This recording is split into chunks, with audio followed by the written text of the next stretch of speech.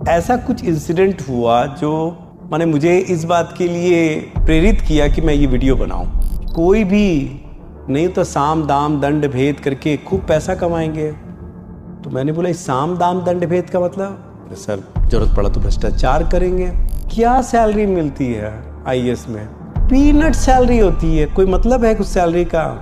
कि sir UPSC ठीक है, आईएएस ठीक है, बट आईएएस में सैलरी कहाँ होती है? इसीलिए लोग भ्रष्टाचार करते हैं, इसीलिए लोग करप्शन करते हैं। आईएएस की सैलरी बढ़ानी चाहिए। ऑल इंडिया सर्विस के अंतर्गत 3 मुख्य पोस्ट होते हैं: IAS Indian administrative service, IPS Indian police service और आईएफओएस इंडियन फॉरेस्ट सर्विस। मैं बैठ जाऊं और बोलूं मुझे सैलरी देते रहो, nobody will give you salary, आपको भी नहीं मिलेगा। तो वेतन को समझने के लिए पहले एक आईएएस के रोल को तो समझो पहले। हेलो बच्चों, ये वीडियो अपने आप में एक अनोखा वीडियो है। यह अनोखा इसलिए है, सामान्य तौर पर कभी कोई वीडियो बनाता हूँ तो उसके लिए क्या होता है कि मुझे पहले से बताया जाता है और फिर मैं उस वीडियो पर थोड़ा रिसर्च करता हूँ, देन उसके बाद उस वीडियो को बनाता हूँ। बट ये वीडियो जैसे भी होता है कि मैंने सोच लिया कि मुझे आज ये वीडियो बनाना है, क्योंकि ऐसा कुछ इंसिडेंट हुआ जो मुझे इस बात के लिए प्रेरित किया कि मैं ये वीडियो बनाऊं। हुआ क्या कि क्लास में था, क्लास में किसी बच्चे ने कहा कि मैंने ऐसे ही पूछा उससे कि भाई क्यों आईएएस बनना चाहते हो? तो बोला सर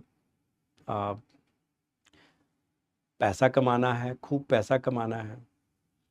तो मैंने कहा कि क्या केवल यही उद्देश्य है आपका? बोले हाँ सर, सिंपल है एकदम। कोई भी नहीं तो साम दाम दंड भेद करके खूब पैसा कमाएंगे। तो मैंने बोला इस साम दाम दंड भेद का मतलब? बोले सर जरूरत पड़ा तो भ्रष्टाचार करेंगे। तो मैंने कहा क्यों भ्रष्टाचार करने की जरूरत है? आपको सैलरी भी तो मिलती है।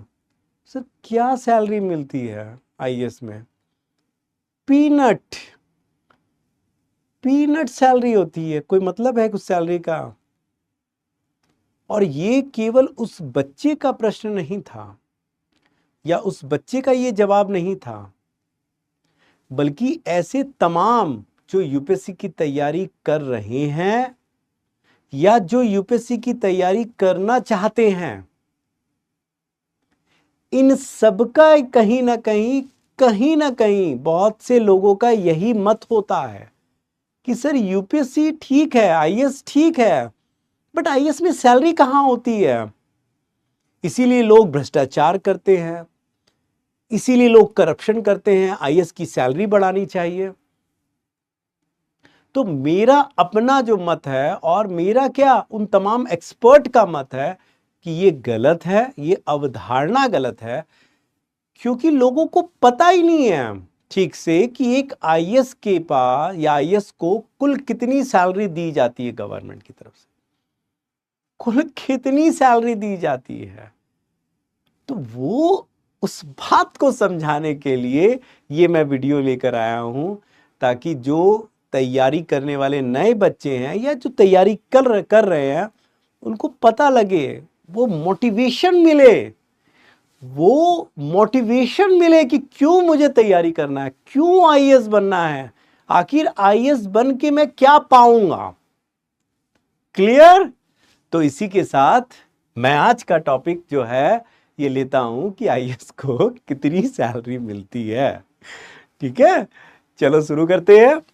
सबसे पहले तो जानो, जो मैं समझाना चाहता हूं, पहले बात को समझना कि अगर मैं देश की अर्थव्यवस्था की बात करता हूं तो हमेशा आप सुनोगे जीडीपी, ग्रॉस डोमेस्टिक प्रोडक्ट, सकल घरेलू उत्पाद।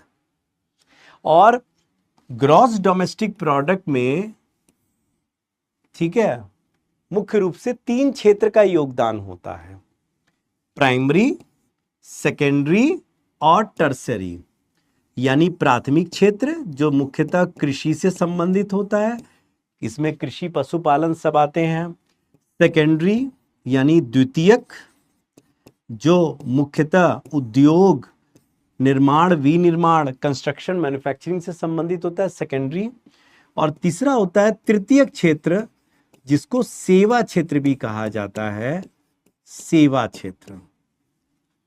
बहुत ध्यान से समझना जो मैं बात को समझा रहा हूं, क्योंकि इकोनॉमी का टीचर हूं, अर्थशास्त्र, अर्थव्यवस्था पढ़ाता हूं, तो उसी से जोड़कर समझाऊंगा मैं तो भाई।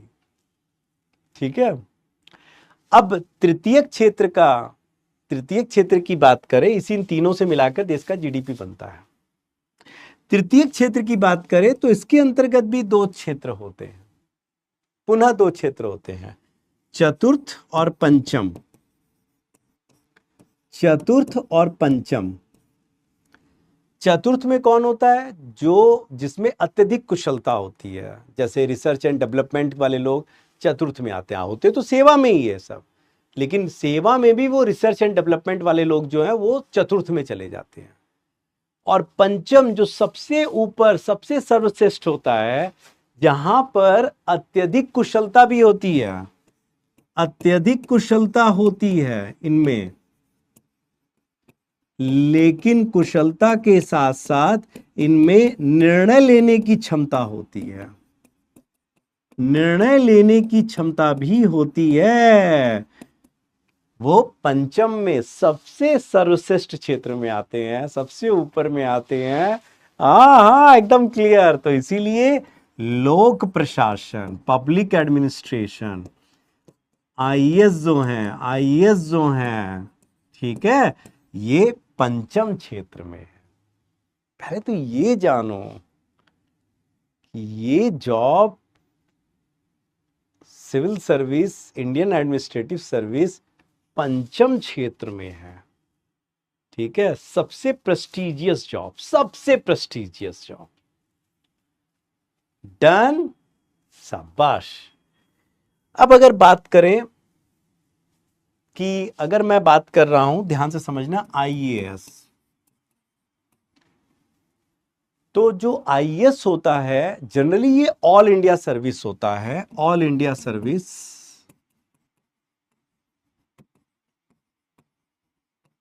और इसके अंतर्गत, ऑल इंडिया सर्विस के अंतर्गत तीन मुख्य पोस्ट होते हैं, IAS Indian administrative service, IPS Indian police service, और IFOS Indian forest service. IAS Indian administrative service, IPS Indian police service, IFS Indian forest service. मैं लिख रहा हूं, बताओ बताओ बताओ क्या है? Indian administrative service, administrative service, Indian police service, हाँ गंगा जल, देखियो मूवी, हाँ सरफरोश, हाँ Manoj Sharma, 12th fail, Indian forest service.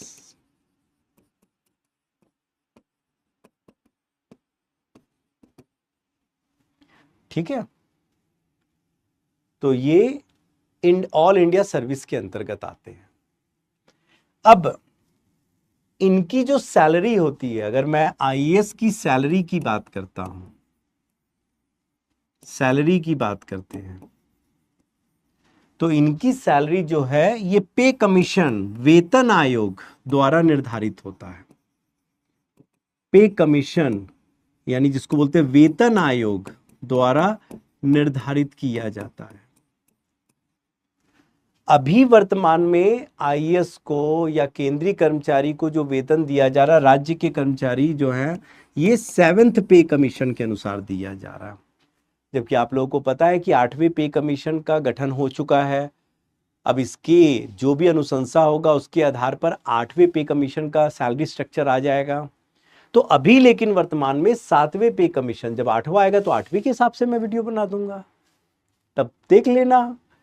तो 7वें पे कमीशन के हिसाब से अभी जो दी जा रही है, इनको सैलरी, इनको वेतन दिया जा रहा है, आईएएस को दिया जाता है। डन। सवाल ये उठता है कि आखिरकार आईएएस की जॉब इतना ल्यूक्रेटिव जॉब क्यों है, इतना ल्यूक्रेटिव, इतना आकर्षित करने वाला जॉब क्यों है? तो इसके पीछे का दो मुख्य रीजन अगर देखा जाए, दो मुख्य रीजन देखा जाए। क्या? पहला तो इसका रोल, एक आईएएस का जो रोल होता है, जो सर्विस में इसका रोल होता है, वो बहुत व्यापक होता है, बहुत बड़ा, कवरेज बहुत बड़ा होता है, ठीक है, बहुत बड़ा। और दूसरा, ये बहुत प्रेस्टिजियस जॉब है, प्रेस्टिजियस, इतना सम्मान आपको और कहीं नहीं मिलेगा जो इस जॉब में मिलेगा। पता लग जाए आईएएस, अरे भैया अलग ही रुतबा, क्या रुतबा भाई, कहने की बात नहीं, इतना प्रेस्टिजियस जॉब है। माने गवर्नमेंट मशीनरी जो है, एग्जीक्यूटिव मशीन, एग्जीक्यूटिव अगर हम बात करें, जो एग्जीक्यूटिव गवर्नमेंट मशीनरी है, उसमें सबसे क्रिटिकल रोल जो होता है वो एक आईएएस का ही होता है। अगर मैं आईएएस के रोल की बात करूं ताकि आप समझ सकें, जैसे मुझे अगर यहां पीडब्ल्यू में वेतन मिल रहा है, ऑब्वियसली मेरे रोल के कारण मुझे मिलेगा, मेरे किए गए कार्य के अनुसार मिलेगा। मैं बैठ जाऊं और बोलूं मुझे सैलरी देते रहो, nobody will give you salary, आपको भी नहीं मिलेगा। तो व्यक्ति को उसके रोल के आधार पर वेतन दिया जाता है। तो वेतन को समझने के लिए पहले एक आईएएस के रोल को तो समझो। पहले एक आईएएस का रोल क्या है, अगर मैं रोल की बात करूं, सबसे पहले अगर बात करें तो ये क्या करता है, डिस्ट्रिक्ट, ठीक है ना, एडमिनिस्ट्रेशन का काम करता है, डिस्ट्रिक्ट को संभालता है, ये एक पूरे जिले को संभालने का काम करता है, जिला प्रशासन को संभालता है, डिस्ट्रिक्ट एडमिनिस्ट्रेशन का काम करता है ये। फिर पॉलिसी फॉर्मुलेशन, पॉलिसी फॉर्मुलेशन का काम करता है। हमारे देश में जो नीतियां बनाई जाती है सरकार की, उसमें सबसे बड़ा रोल एक आईएएस का ही होता है। फिर पब्लिक सर्विस अगर बात करें, इंप्लीमेंटेशन, क्या मतलब है, सरकार बहुत सारे गरीबों के लिए, वंचित समूहों के लिए, महिलाओं के लिए कार्यक्रम लेकर आती है। उन कार्यक्रम को, प्रधानमंत्री जनधन योजना हो या कोई भी कार्यक्रम, एनएफएसए कार्यक्रम हो, नेशनल फूड सिक्योरिटी एक्ट, उन सब को लागू करने का काम किसका होता है, आईएएस ऑफिसर का होता है। आईएएस ऑफिसर का होता है वो सारा काम। यहां तक कि लॉ एंड ऑर्डर अगर बात करें, जिले में लॉ एंड ऑर्डर, अब बोलोगे सर क्या बात कर रहे हो, लॉ एंड ऑर्डर तो आईपीएस का काम है। हाँ, आईपीएस उसको मेंटेन करता है, लेकिन आईपीएस की भी रिपोर्टिंग किसको होती है, आईएएस को होती है, डिस्ट्रिक्ट मजिस्ट्रेट को होती है। तो कहीं ना कहीं पूरे जिले का लॉ एंड ऑर्डर जो होता है वो आईएएस के अंतर्गत ही आता है, आईएएस के अंतर्गत ही आएगा। और अगर बात करें एडवाइजरी रोल, एडवाइजरी रोल सरकार को विभिन्न मुद्दों पर सलाह देने का काम करता है, डिपार्टमेंट में सलाह देने का काम करता है। फिर डिपार्टमेंट सुपरविजन,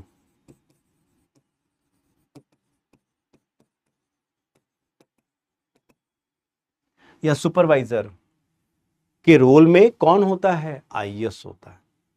तो एक आईएएस का आप देख रहे हैं रोल कितना बड़ा होता है, कितना बड़ा रोल उसका होता है, छोटा मोटा रोल नहीं। पहले आईएएस के रोल को तो जानो। कोई अगर एग्जाम में आपसे इंटरव्यू में पूछे, अच्छा बताइए आईएएस के रोल क्या क्या होते हैं, क्या क्या काम होते हैं, तो आप बता पाओगे ना, डिस्ट्रिक्ट एडमिनिस्ट्रेशन का काम होता है, सब तो नहीं, कुछ तो बताओ। पॉलिसी फॉर्मुलेशन में होता है, पब्लिक सर्विस या public welfare implementation, programme implementation का काम होता है, लॉ एंड ऑर्डर का होता है, एडवाइजरी रोल का होता है, और डिपार्टमेंट सुपरविजन का भी काम होता है। किसका, आईएएस का। डन। अब बात आता है कि अगर कोई आईएएस बनता है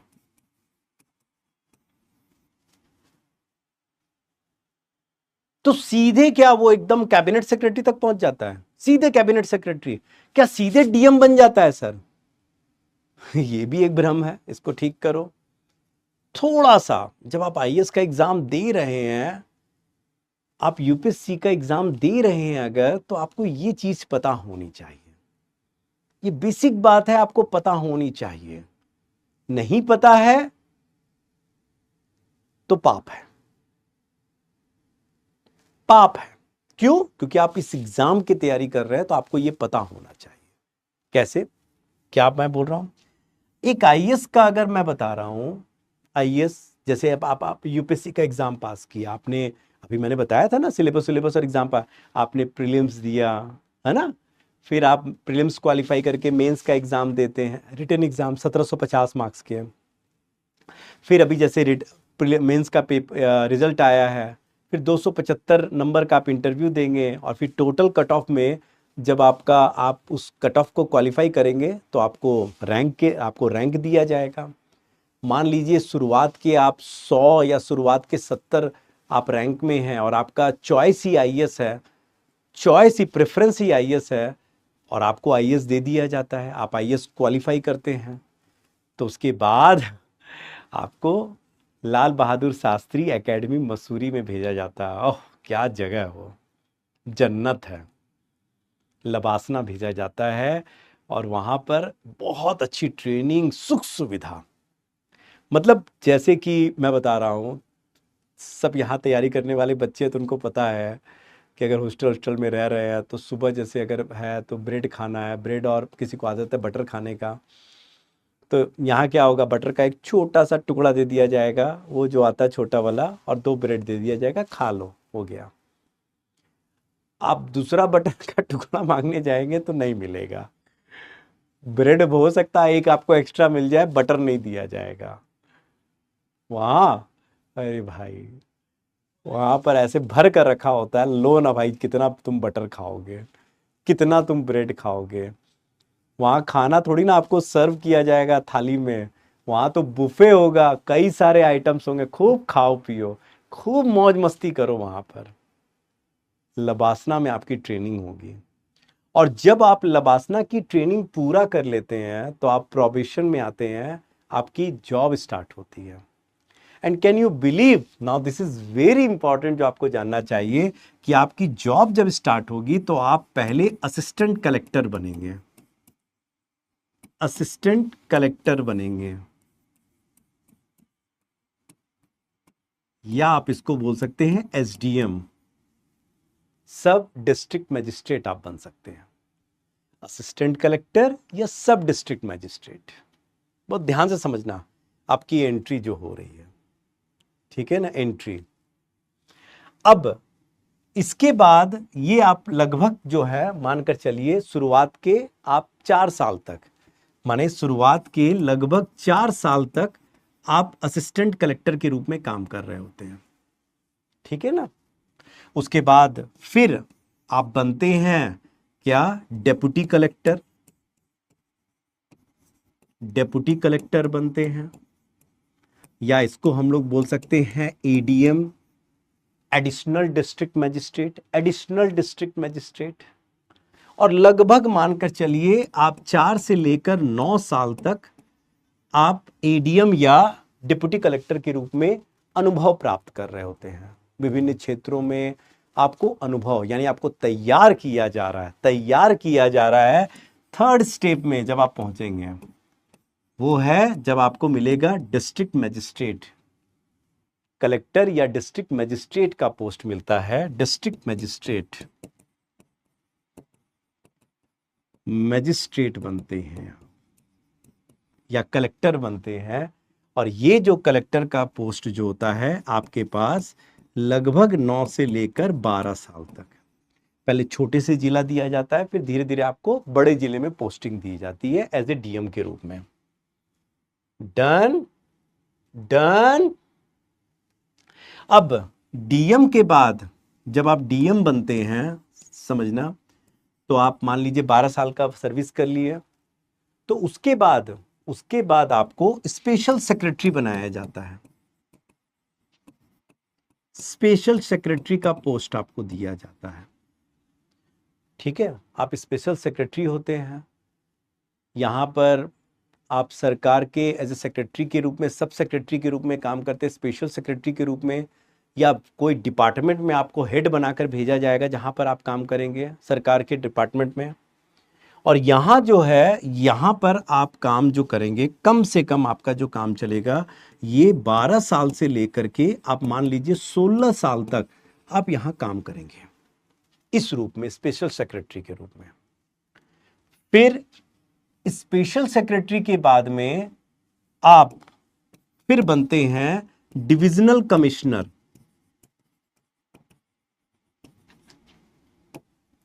डिविजनल कमिश्नर बनते हैं।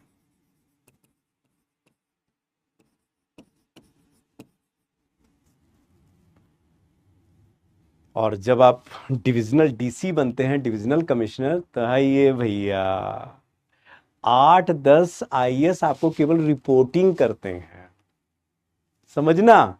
यानी जो असिस्टेंट कलेक्टर या जो प्रोबेशन में आईएएस आते हैं वो सब आते हैं डिविजनल कमिश्नर के अंतर्गत। पहले 8-10 आईएएस आपको रिपोर्टिंग करेंगे, है ना, और इंजॉय करेंगे आप इस सेवा को। 16 से लेकर आप मानकर चलिए आप 25 साल तक आप इस सर्विस को इंजॉय करेंगे।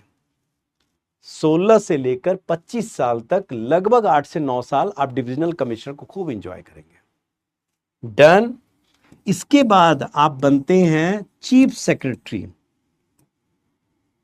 आप क्या बनते हैं? चीफ सेक्रेटरी बनते हैं। ये कौन होते हैं? जो भी मुख्यमंत्री होगा राज्य का, उसका एक चीफ सेक्रेटरी होगा।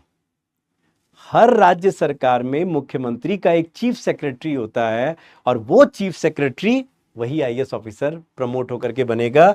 और ये आप 25 साल के ऊपर आप मानकर चलिए लगभग 30-35 साल तक आप रहते हैं। 25 साल से ऊपर चले जाते हैं आपकी सर्विस, यानी अब तक 25 साल से ऊपर हो चुकी है, और लगभग 30-35 साल तक, 35 साल तक आप मानकर चलिए इस पर होते हैं। 35 साल तक चीफ सेक्रेटरी के रूप में आप रहते हैं। डन। अब इसी दौरान क्या होता है? इसी दौरान एक घटना घटेगा। क्या घटना घटेगा? कि अगर मान लीजिए पोस्ट खाली है, लगभग खाली होता है, पोस्ट खाली है, और आप एज वाइज अभी आप रिटायर नहीं हो रहे, आप क्वालिफाई कर रहे हैं, तो आप सबसे हाईएस्ट पोस्ट, सबसे हाईएस्ट जो आईएएस का है, आप बनते हैं कैबिनेट सेक्रेटरी। Cabinet secretary. और ये आप मानकर चलिए 35 साल की जो सर्विस आपकी हो चुकी होगी, और जब पोस्ट खाली होगा, वैकेंसी खाली होगी, तो आप कैबिनेट सेक्रेटरी के रूप में काम कर रहे होंगे। सबसे हाईएस्ट पोस्ट सेंट्रल गवर्नमेंट में। तो ये वो क्या है? हायरार्की है जो एक आईएएस ऑफिसर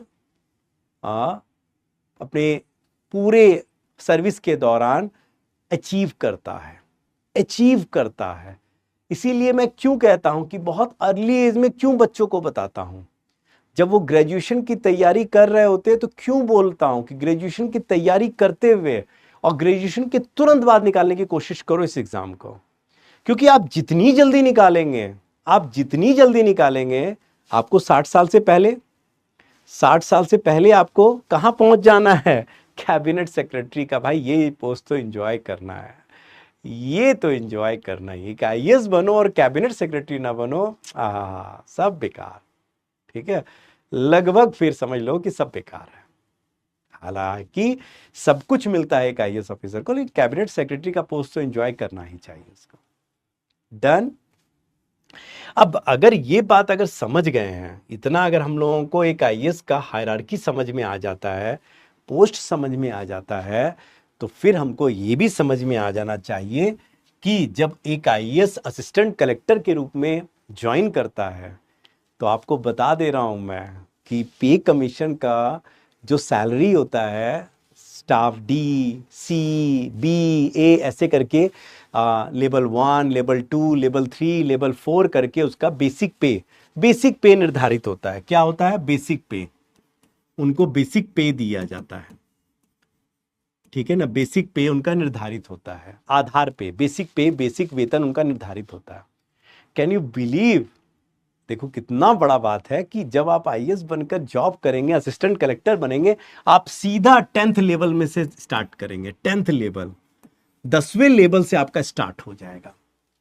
आपको 1 2 3 4 लेवल में नहीं जाना, सीधे 10वें लेवल से आपका सैलरी स्टार्ट होगा। 10वां लेवल जो होगा, और 10वां लेवल का जो बेसिक होता है अभी वर्तमान में आप समझिए वो 56,100 बेसिक है इसका। ये केवल बेसिक पे है आपका 56,100 बेसिक पे है, जो आपको डीए अभी छोड़ दीजिए, अलाउंसेस छोड़ दीजिए। तो लेवल 10 से शुरू होता है, फिर यहां पर आप लेवल 11 में हो जाएंगे। लेवल 11 जब आपको क्या मिल जाएगा, आप डेप्यूटी कलेक्टर बनेंगे। फिर आप सोचिए डीएम है तो आप कौन से लेवल में, लेवल 12 में रहेंगे। फिर आप स्पेशल सेक्रेटरी हैं तो आप लेवल 3, लेवल 13 में होंगे। फिर आप डिविजनल कमिश्नर हैं तो आप कहां जाएंगे, आप लेवल 14 में जाएंगे। किस में जाएंगे, 14, ठीक है ना। और फिर अगर बात करें, माने 14 और 15 आप कह सकते हैं, 14 से लेकर 16 तक आप इसी में रहते हैं। 14 से लेकर 16 तक आप रहते हैं किसमें, डिविजनल कमिश्नर में, डिविजनल कमिश्नर डीसी के रूप में। और फिर सेक्रेटरी के रूप में आप समझिए लेवल 16 या 17 आप इसमें रहेंगे, ठीक है। 16 तक होते होते तक आपको चीफ सेक्रेटरी मिल सकता है, लेकिन जो सबसे हाईएस्ट पोस्ट होता है ये लेवल 18 होता है, लेवल 18 होता है, ठीक है। इसका मतलब आप सैलरी में स्टार्ट कहां से करते हैं, लेवल 1, लेवल 1 में शुरू करते हैं और कहां तक पहुंचते हैं, लेवल 18 तक पहुंचते हैं, ठीक है। यानी जब आप शुरू करते हैं तो आपकी बेसिक सैलरी 56,100 होती है। जब आप डीएम पहुंचते हैं तो यही बेसिक सैलरी आपकी 67,700 बेसिक हो जाता है। और यही जब आप डीएम बन जाते हैं तो आपकी यही सैलरी 78,700 बेसिक हो जाता है, लगभग इतना बेसिक हो जाता है आपका। फिर आप स्पेशल सेक्रेटरी बनते हैं तो आपकी यही सैलरी 1 लाख लगभग 44,000 हो जाता। 1 लाख पहले 18,000 होता है, 1,18,000 आपका रहता है, 1,18,200 आपका बेसिक रहता है। फिर आप डिविजनल कमिश्नर होते हैं तो आपका 1,44,000 आपका बेसिक रहता है, लगभग इतना आपका रहता है, ठीक है ना।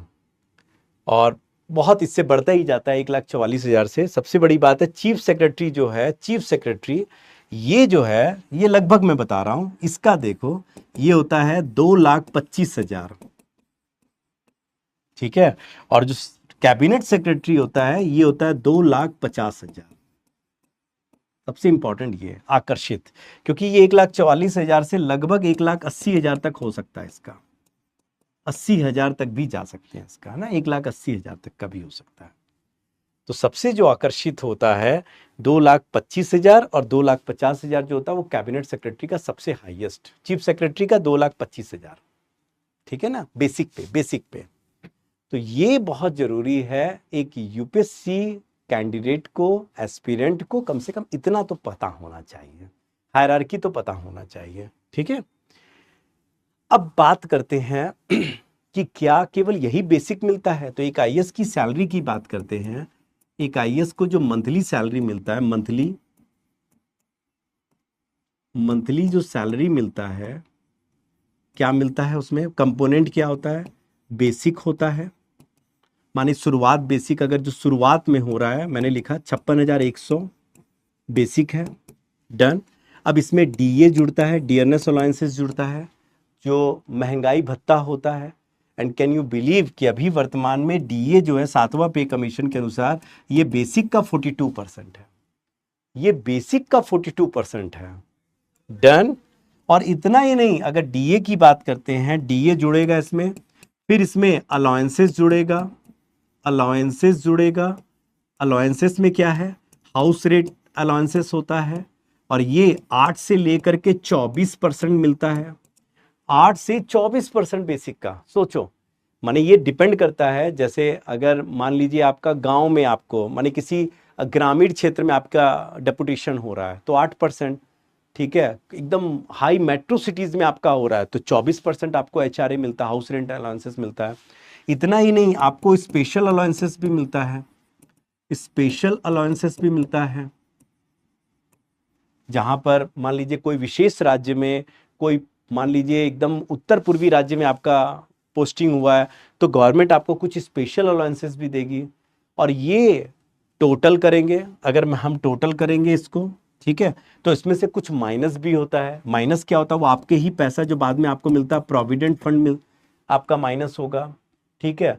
अब चूंकि डिफाइंड कंट्रीब्यूशन प्लान है, पेंशन में क्या पहले पेंशन होता था कि आपका माने आपको कोई कंट्रीब्यूशन नहीं करना होता था, लेकिन अब सरकार बोलती है थोड़ा आपको भी कंट्रीब्यूशन करना पड़ेगा, तो थोड़ा सा पैसा पेंशन में कट जाएगा आपका, ठीक है। और कट काट के आप सोचिए आपके अकाउंट में लगभग लगभग 1 लाख, ठीक है, 1 लाख सैलरी। ऐसे तो बोला जाता है कि 80,000 से लेकर 1 लाख के बीच में, लेकिन लगभग लगभग मान लीजिए 1 लाख रुपया आपके अकाउंट में क्रेडिट हो जाएगा। माना जाता है, रेंज बोला जाता है कि 80,000 रुपए से लेकर के 1 लाख रुपए तक के बीच में आपका सैलरी आता है, ठीक है, रेंज में आता है। लेकिन मानकर चलिए कि डिडक्ट उडक्ट करके लगभग लगभग आपको 90,000 से 1 लाख रुपए आपके अकाउंट में मिल जाता है। एक आईएएस की सैलरी, एक आईएएस की वो सैलरी जो उसके अकाउंट में आती है। लेकिन क्या आईएएस की सैलरी केवल इतनी होती है? नहीं, एक्चुअल में हम लोग ये तो जानते हैं कि ये, और इसको देख करके मन में आता है यार इतनी तो सैलरी है, क्या है सर, क्या मिल रहा है यार। लेकिन हम नहीं जानते हैं कि आईएएस में जो पर्क्स मिलते हैं, बेनिफिट्स मिलते हैं, वो क्या है, वो क्या है बेनिफिट। आप देखिए, आपको माने आपको रेंट फ्री बंगलो मिलता है, रेंट फ्री बंगलो मिलता है। माने ऐसा बंगलो आप सोच भी नहीं सकते हैं, और वो भी ऐसा प्राइम लोकेशन में जहां उसका रेंट लाखों में होगा महीने का, और वो आपको फ्री में रहने के लिए दिया जाता है, फ्री में भाई। और मैंने कोलकाता में मेरे एक अंकल कमिश्नर, डिविजनल कमिश्नर थे, तो मुझे जाने का मौका मिला था। चिचूड़ा है वहाँ जगह, चिचूड़ा, और वो चिचूड़ा में जनरली डिस्ट्रिक्ट कलेक्टर या डिविजनल कमिश्नर का जो ऑफिस होता है, डिविजनल कमिश्नर का ऑफिस वहीं पर है भाई साहब। क्या कहो, रहा था मैं 2 दिन, माने वो अनुभव तो मैं कभी भूल ही नहीं सकता। क्या हर रूम को बनाया गया गेस्ट हाउस, उसकी क्या गेस्ट हाउस, ठीक है। और इतना ही नहीं, इतना ही नहीं भाई, केवल रेंट फ्री बंगलो नहीं मिलता है, ठीक है। अंकल की, हालांकि ये गलत था, लेकिन कम से कम घूमने का मिला, क्या मौका, उनके कार में घूमने का मौका मिला भाई साहब।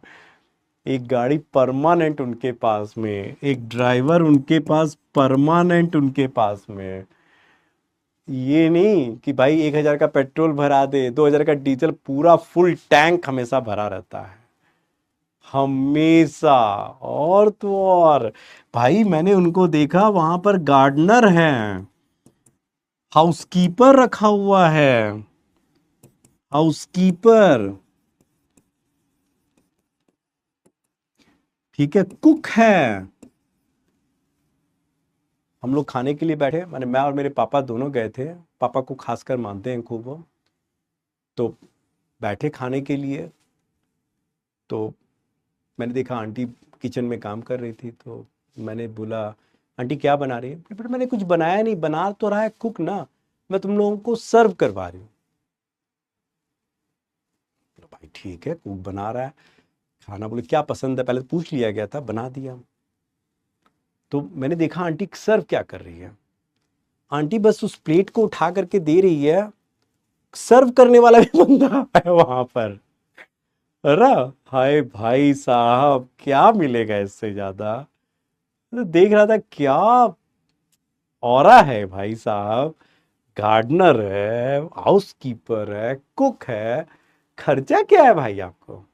और सबसे बड़ी बात है, आपको जो वहां पर फर्नीचर है, फर्नीचर, अरे भाई साहब, मैंने अंकल से पूछा, अंकल ये फर्नीचर बेटा अपने पसंद से यहाँ पर लगवाया है, अंकल ये, बोले हाँ बेटा ये जो हमारे पीडब्ल्यूडी है, पीडब्ल्यूडी जो होता है वो हमें प्रोवाइड करता है, हमारे हिसाब से हमें फर्नीचर देता है वो। हाँ, बोले हाँ बेटा, और तो सुनना, और बताता हूँ। जो फ्यूल हमें मिलता है, ईंधन मिलता है, लाइक गैस सिलेंडर मिलता है या अन्य चीजें, विद्युत मिलते, बिजली मिलता है, ये सब सब्सिडाइज्ड प्राइस में मिलता है। सब बहुत सब्सिडाइज्ड प्राइस होता है, ना के बराबर सब्सिडाइज्ड होता है।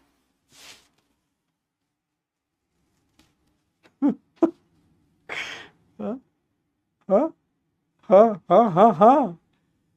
इसका मतलब आप लोग नहीं समझते हैं। इसका मतलब केवल 1 लाख आपके अकाउंट में आ रहा है, आप वो देख रहे हैं, लेकिन गवर्नमेंट अगर हम सारा हिसाब लगाएं तो लगभग लगभग जो है 5 लाख से लेकर 7 लाख रुपया, सोचिए, जो एक अभी आईएएस बना है, गवर्नमेंट उस पर खर्च करती है हर महीने का।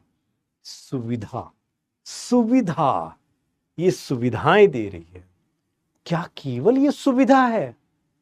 क्या केवल ये सुविधा है? चलाओ और बात करते हैं। आप आईएएस बने, चलिए आपको फैसिलिटी मिल रहा है, फैसिलिटी तो अभी बताया आपको, कितनी जबरदस्त धांसू फैसिलिटी है, क्या बात है भाई, एकदम मन में जोश आ गया। सर क्या बोल रहे, आज रात भर पढ़ेंगे हम। तो पढ़ना भाई, पढ़ो ना बैठकर, ठीक है। फैसिलिटी जबरदस्त, और फैसिलिटी के साथ साथ आपको पता है लीव ट्रैवल अलाउंसेस मिलता है, लीव ट्रैवल अलाउंसेस मिलता है। मतलब आप और आपकी फैमिली कहीं घूमने के लिए जा रही है, ठीक है, तो वो जो घूमने का खर्च है, साल में 1 बार 2 बार 3 बार जो भी है, पूरा सरकार उठा रही है। आप कहीं घूमने जा रहे हैं अपनी फैमिली के साथ इंडिया में, आज मन किया केरला घूमने जा रहे हैं, अरे अरे नहीं नहीं नहीं, मजा नहीं आ रहा है, चलो मनाली घूमने चलते, पूरा खर्च गवर्नमेंट की तरफ से। और तो और वहां पर रहने होने का व्यवस्था गवर्नमेंट की तरफ से पूरा किया जाता है। इतना छोड़ो, साथ में आपको स्टडी लीव लेना है। मतलब अब आपका मन कर रहा, नहीं मैं जाकर के अब्रॉड में थोड़ा कुछ पढ़ कर आऊं, कुछ अपने काम का और पढ़ कर आऊं, अगर वो सरकार को उचित लगा तो सरकार उसका फाइनेंस भी करती है कि लो भाई, इसको हम पूरा पैसा हम देंगे, भले उसमें 20-25 लाख करोड़ों रुपया खर्च हो रहा है, वो सारा फाइनेंस गवर्नमेंट करती है। कौन? अब बताओ, सोचो, आपका अपना पैसा नहीं, पूरा गवर्नमेंट का पैसा यहां जा रहा है, पूरा पैसा जा रहा है। फिर आपको पेंशन देती है, रिटायरमेंट के बाद आपको ग्रेच्युटी देती है, ग्रेटिट्यूड देती है, ग्रेच्युटी देती है, वन टाइम पेंशन मिलता है हर महीना। जो आपका लास्ट 50% जो सैलरी है, जितना सैलरी है, जो आपने सैलरी लिया है, उसका 50% आपको पेंशन के रूप में दिया जा रहा है आपको यहां। और सबसे बड़ा बात है, जो सबसे इंपॉर्टेंट बात है, कि आपको क्या दे रही है? आपको प्रेस्टीज, सम्मान। और ये सम्मान कहीं और किसी जॉब में दिखा दो तो मान जाए, क्या सम्मान है, क्या प्रेस्टीज है। कहीं आप खड़े होंगे तो आप एकदम अलग हैं, अलग हैं भाई साहब। किसी के शादी में पहुंच गए, अरे आईएएस ऑफिसर आ रहा है शादी में, और रुतबा ही अलग, लोग ऐसे झांक झांक, अरे देखिए देखिए देखिए कैसे लगता है भाई, कोई ऐसा कर छू कर देखेगा, अरे देखिए देखिए देखिए कैसे लगता है आईएएस, हाँ, ऐसे तन करके हाथ में गिलास ले, ए शाबाश, क्या प्रेस्टीज है, आपका साइन का वैल्यू है, आपके बोलने का वैल्यू है। इससे बेहतर और इससे बेस्ट जॉब नहीं हो सकता। छोड़ो, इतना छोड़ो, यहां तक कि आप रिटायर हो गए, पोस्ट रिटायरमेंट अगर बात करें, पोस्ट रिटायरमेंट अगर बात करें तो क्या देख रहे हैं? हाय भाई साहब, आपको री एम्प्लॉयमेंट मिल रहा है, आप कहीं गवर्नर बनाए जा रहे हैं, कहीं किसी समिति के अध्यक्ष बनाए जा रहे हैं, ये समिति वो समिति, कहाँ रिटायर हो रहे हैं, और आपको पेंशन दिया जा रहा है, और जरूरत पड़ने पर आपको गवर्नमेंट आवास की भी सुविधा दे देती है अगर आवश्यकता पड़े तो। आप सोचिए, पोस्ट रिटायरमेंट बेनिफिट देखिए क्या है। क्या जबरदस्त है। और सबसे बड़ी बात है, सबसे बड़ी बात है जो मैं यहां पर लिख रहा हूं, सबसे इंपॉर्टेंट बात है जॉब सिक्योरिटी। जॉब सिक्योरिटी, कोई दिखा दे इस जॉब के अलावा कोई और जॉब में सिक्योरिटी।